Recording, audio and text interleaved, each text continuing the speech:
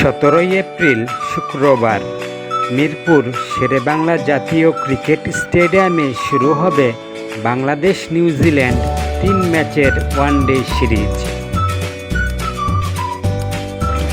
প্রথম সারির ক্রিকেটাররা আইপিএল এবং পিএসএলে ব্যস্ত থাকার কারণে মূলত দ্বিতীয় সারির ক্রিকেটারদের নিয়েই ওয়ানডে সিরিজ খেলবে নিউজিল্যান্ড।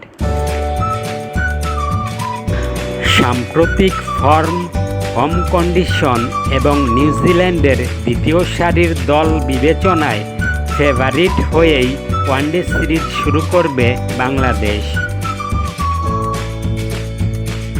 যদিও 2023 ওয়ানডে বিশ্বকাপের ঠিক আগ মুহূর্তে দ্বিতীয় সারির দল নিয়েই বাংলাদেশকে 2-0-তে ওয়ানডে সিরিজ হারিয়েছিল কিউইরা।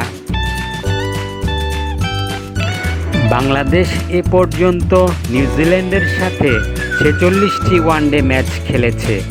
এর মধ্যে জিতেছে 11 বার, হেরেছে 34 বার এবং একটি ম্যাচ অমীমাংসিতভাবে শেষ হয়েছে।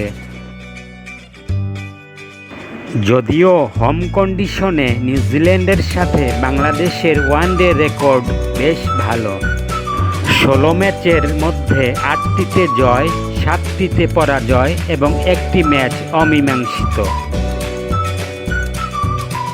মিরপুর শেরেবাংলা জাতীয় ক্রিকেট স্টেডিয়ামে বাংলাদেশ নিউজিল্যান্ডের সাথে 11টি ওয়ানডে ম্যাচ খেলেছে।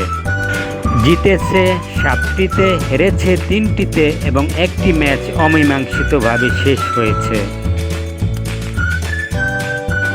নিউজিল্যান্ড যে কতটা অনভিজ্ঞ দল নিয়ে ওয়ানডে সিরিজ খেলবে তা তাদের ওয়ানডে ম্যাচ খেলার পরিসংখ্যান দেখলেই বোঝা যায়।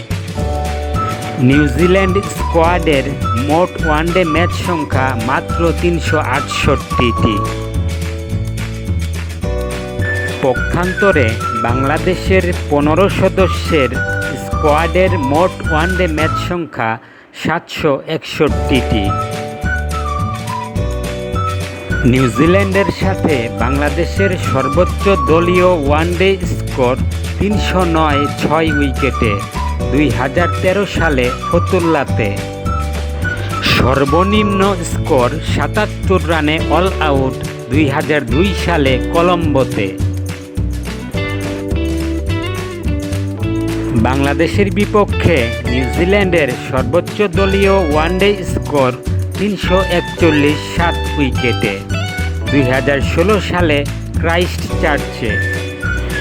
সর্বনিম্ন দলীয় স্কোর 98 রানে অল আউট 2023 সালে নেপিয়ারে।